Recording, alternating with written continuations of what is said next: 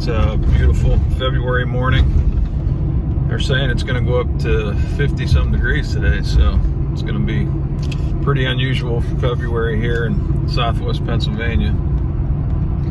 But heading out to start a new adventure today, and pretty pumped. It already feels like a new adventure because every time I head up to my farm, it's make a left at the end of my road, and today I made a right, so a little different direction. Looking forward to a new project here and checking it out, and I'll keep you guys posted.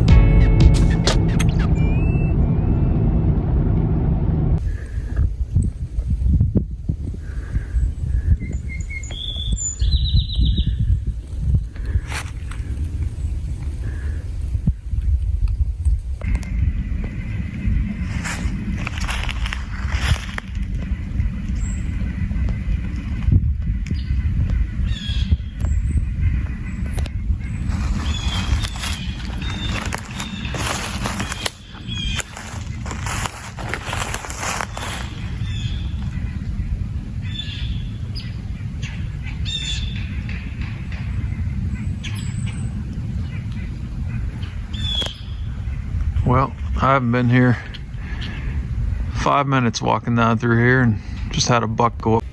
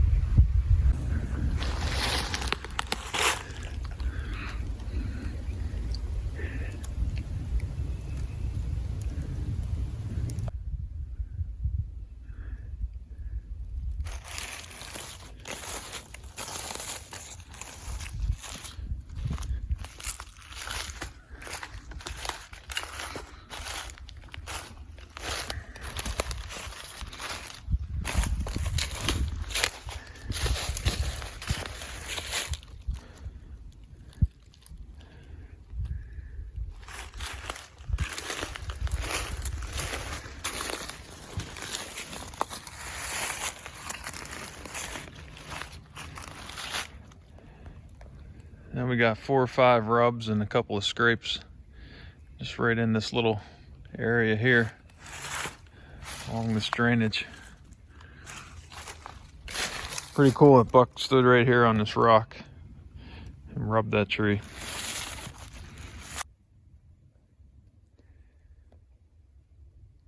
You know, they talk about throwing a tennis ball, and if you can see that tennis ball in a park like Savannah, open woods type setting, it's no good.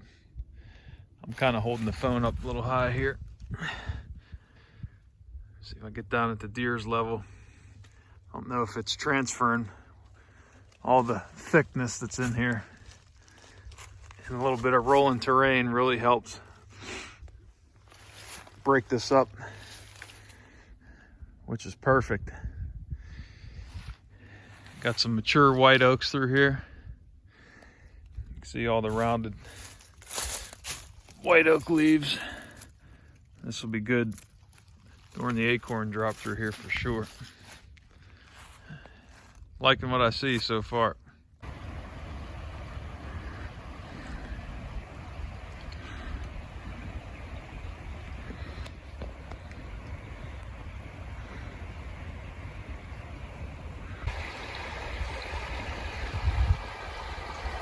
Got a beautiful drainage here. Drops off pretty steep right off the edge here down to that creek. It's created a great funnel here.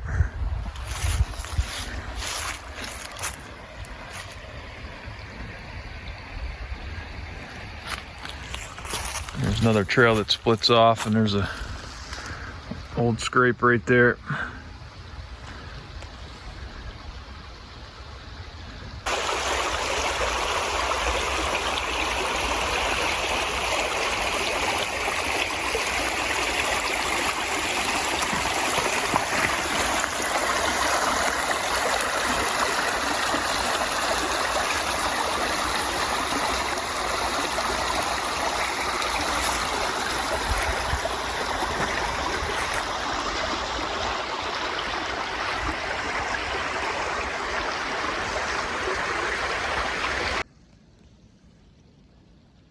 Somebody was asking about topography. Here's a little better example. Got about 3 or 4 drainages coming together here.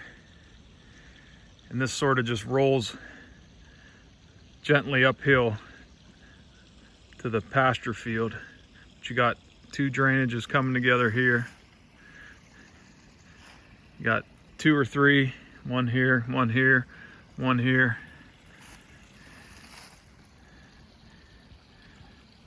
And nothing super steep, like I said, gently rolling. That looks nice, like a nice chunk of thicker ground over on that end. But that kind of gives you an idea of the rolling hills here. Got a big scrape here and another one on the other side of this tree here. This is a beech tree. I've noticed up on my 40 up in Northeast Ohio also, they like to scrape under beech trees. Get a lot of low horizontal branches coming off of the beeches. Probably why they end up scraping under a lot of them. It's a pretty good size one.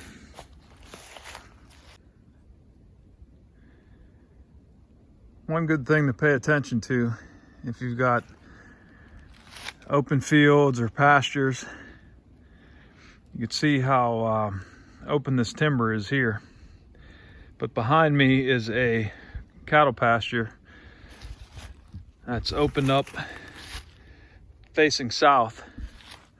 You can see the difference as we transition closer to the pasture.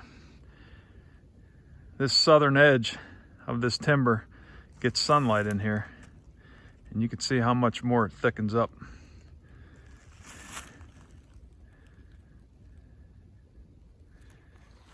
And as we move further into the woods, it gets more and more open. So that's something to pay attention to. If you have the ability to do like a edge feathering on your property. I don't know how much of that we'll be able to do here. After talking to the ranch manager, seems to be very open to allowing us to do different things that don't interfere with the cattle operation. So that'll be something that we'll work through, and I'll keep you guys posted on what we're going to do with that. So as you can see, I'm trying to pick my way through here. There's a small corner of a tree lot that this connects to that I'm trying to get up and scout. I'm even having trouble getting through here. Might have to go out and around. Just goes to show you the power of sunlight.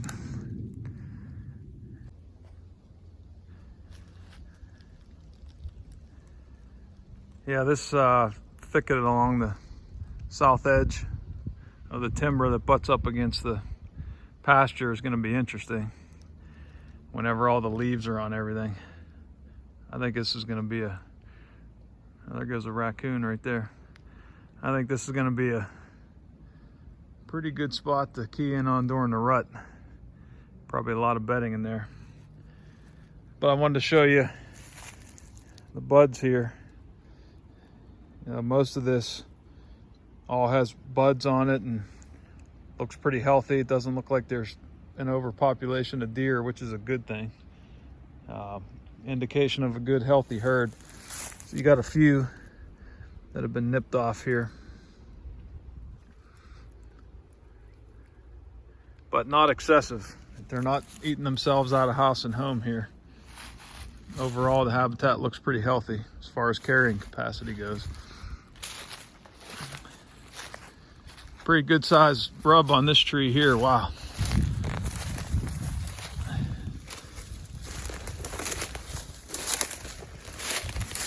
Give you some scale to that.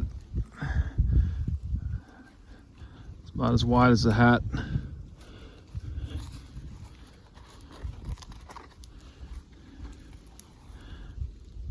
There we go. But so far, very excited. A lot of potential. All right, I'm at the south edge of that thicket that I was filming earlier. And this is the field edge side. I just wanted to show you. Just amazing. A little bit of sunlight will do on a south-facing timberline. There's a couple of good trails coming in and out of this. So it's possibly a bedding area, something to make a note of and check it out later in the year when the foliage comes back on.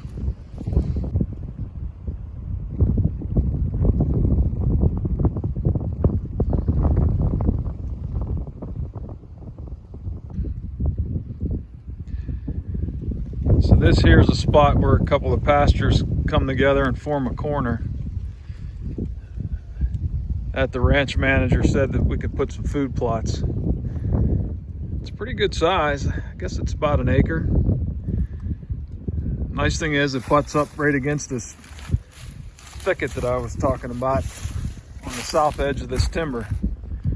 You can see it's just nasty. A couple of good trails coming out of here.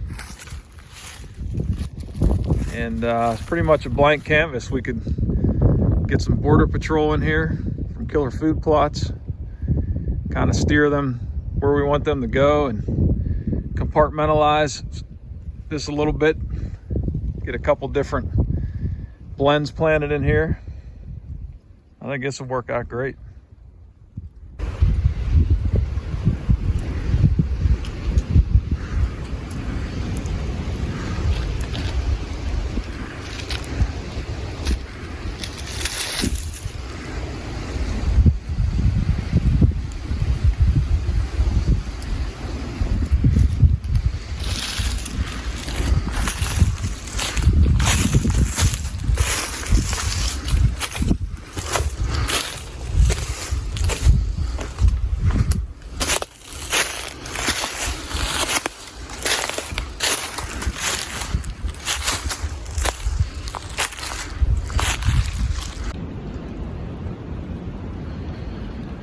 Well, I'm just getting to the one corner of the farm.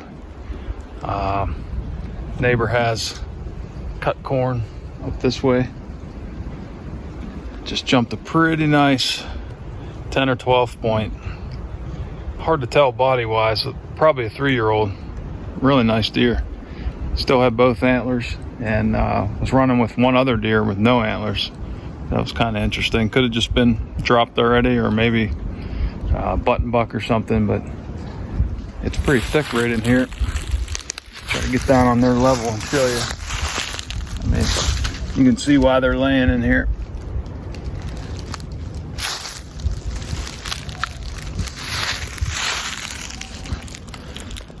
Always a possibility that they're just bedding right outside of the cut corn too. I don't know how long that's been cut, but pretty exciting.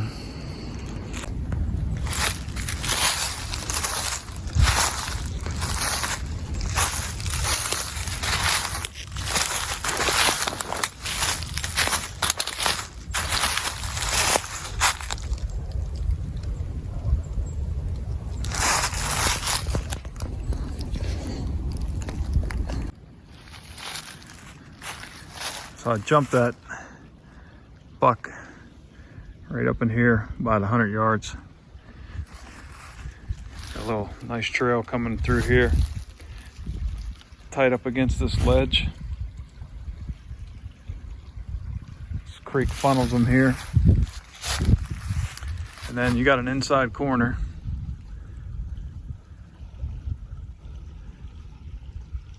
Of a cut cornfield there. I'd imagine that'll be soybeans next year. So you got your creek here with the drop off. Inside corner field, and this little pinch going right through here.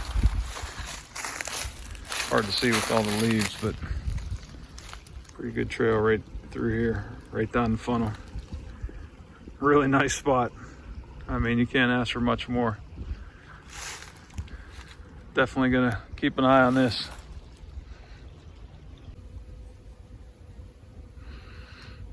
I mean, this is the kind of stuff you love to see. Just thick and nasty. And this is February, obviously. Very little foliage, but it's just thicker than thick. Butts right up against a beautiful creek bottom. And the inside of a open pasture, cut corn. Who knows what else is going to be in there next year. But just the transition through here is just perfect. Buck sign everywhere, rubs everywhere. Be nice to set a big chunk of this off limits just as a sanctuary. I think that's important. So keep walking. I'll keep you posted. Well, that's going to be a wrap for day one, Project 311. It took me about half a day to get a little bit of scouting in, basically just speed scouting, trying to get the lay of the land and take a look around and get some ideas for the upcoming habitat season. I think this place has got great potential. Good deer sign. I actually saw a real nice, probably 3-year-old 10 or 12 point. I think I mentioned it earlier in the video. And just excited to get started on this. Great opportunity here in Eastern Ohio. It's only about an hour, a little over an hour from my house. So I'll be getting back after it here for habitat season. Come shed hunt it, and I'll keep you guys posted.